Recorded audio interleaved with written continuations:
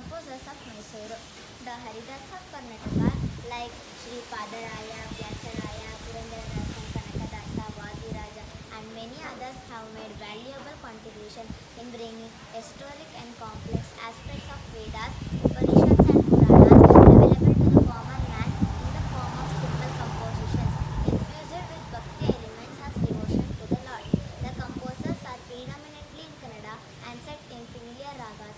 These Haridasas were living sometimes between 1400 to 1600 AD. Later musicians and composers of 17th and 18th century, and if available, they are scanty.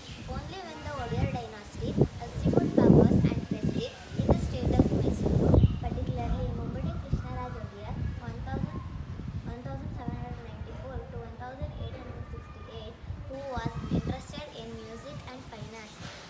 Serious efforts were made by him to develop them. The composers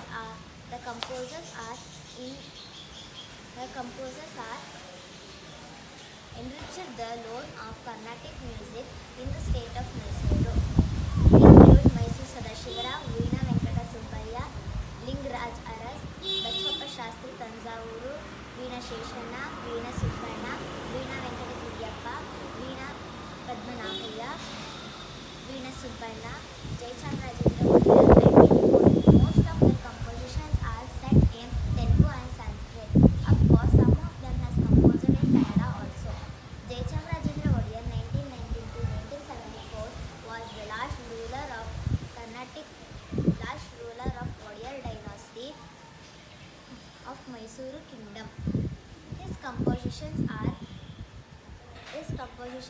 set in Sanskrit and exclusively, and his style of composing is reminiscent of Muthuswami Dikshitar.